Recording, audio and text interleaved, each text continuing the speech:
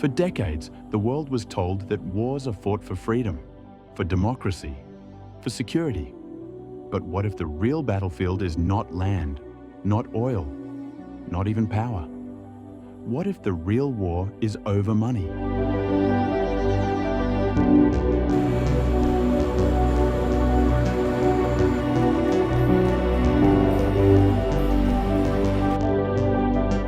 Tonight, we expose the financial system behind global conflict and why Venezuela may be the latest casualty in a much larger war.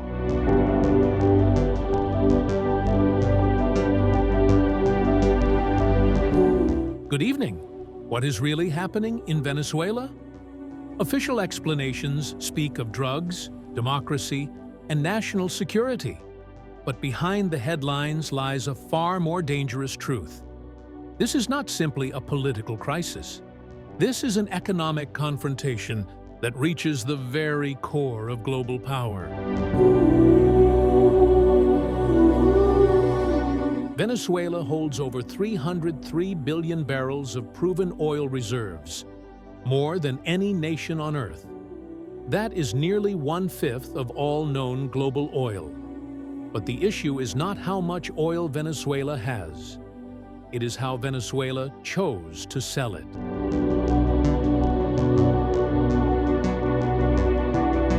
In 1974, a quiet agreement reshaped the world. The United States and Saudi Arabia struck a deal.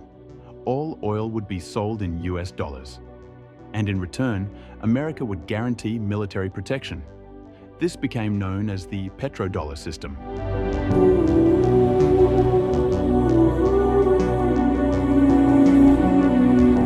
From that moment forward, every country needed US dollars to buy energy. This forced the world to hold American currency. It gave the United States unmatched financial power, and it allowed Washington to print money while others had to earn it. The petrodollar became the backbone of American dominance. More powerful than fleets, more powerful than weapons, more powerful than diplomacy.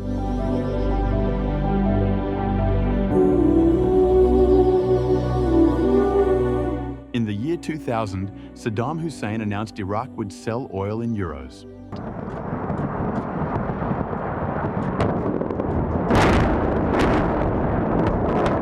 Three years later, Iraq was invaded, the government was destroyed, and oil sales returned to dollars.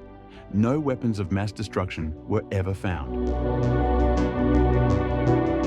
In 2009, Libya's Muammar Gaddafi proposed a gold-backed African currency to trade oil, a currency independent of the dollar. In 2011, NATO bombed Libya. Gaddafi was killed, and the plan died with him. The pattern is unmistakable.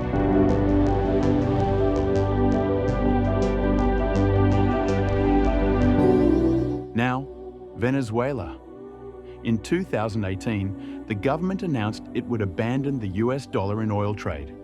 It began accepting yuan, euros, rubles, and other currencies. It built direct payment channels with China. It bypassed SWIFT. It pursued BRICS membership. Venezuela aligned itself with China, Russia, and Iran, the three nations leading the global push away from the dollar.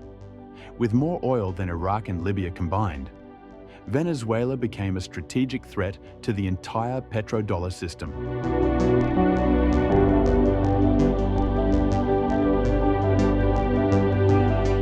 Across the world, the dollar is quietly being replaced. Russia now sells oil in rubles and yuan. Iran trades outside the dollar system. Saudi Arabia is discussing yuan settlements. China has built CIPS, an alternative to SWIFT. BRICS is building its own financial infrastructure. The M-Bridge project allows instant settlement in local currencies.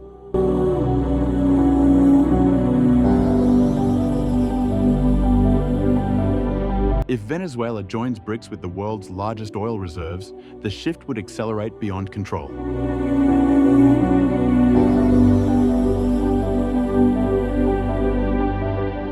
The invasion is framed as a fight against drugs.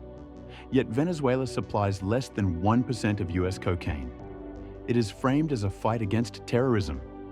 Yet no evidence supports that claim. It is framed as a fight for democracy. Yet the US supports regimes with no elections at all. So what is really being defended?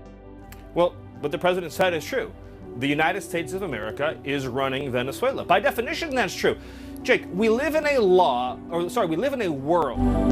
in which you can talk all you want about international niceties and everything else. But we live in a world, in the real world, Jake, that is governed by strength, that is governed by force, that is governed by power. When US officials openly claim Venezuela's oil belongs to America, the truth becomes harder to hide.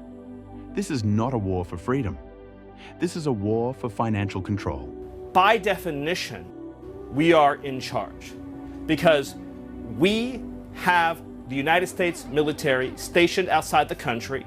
We set the terms and conditions. We have a complete embargo on all of their oil and their ability to do commerce. So for them to do commerce, they need our permission.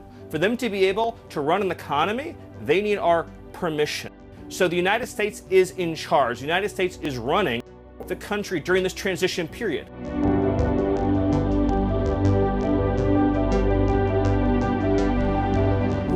The message is clear. Defy the dollar, and you will pay the price. But that message may backfire. Now the Global South sees the danger, and they are moving faster, not slower.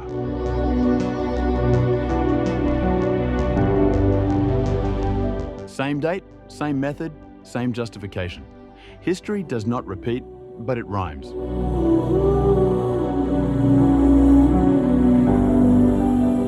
What happens when bombs no longer protect the dollar? What happens when China can retaliate economically? What happens when BRICS controls nearly half of global GDP? What happens when the world realizes the petrodollar is enforced by violence? When a nation must invade others to protect its currency, that currency is already in trouble. Venezuela is not the beginning of this story. It may be the final warning.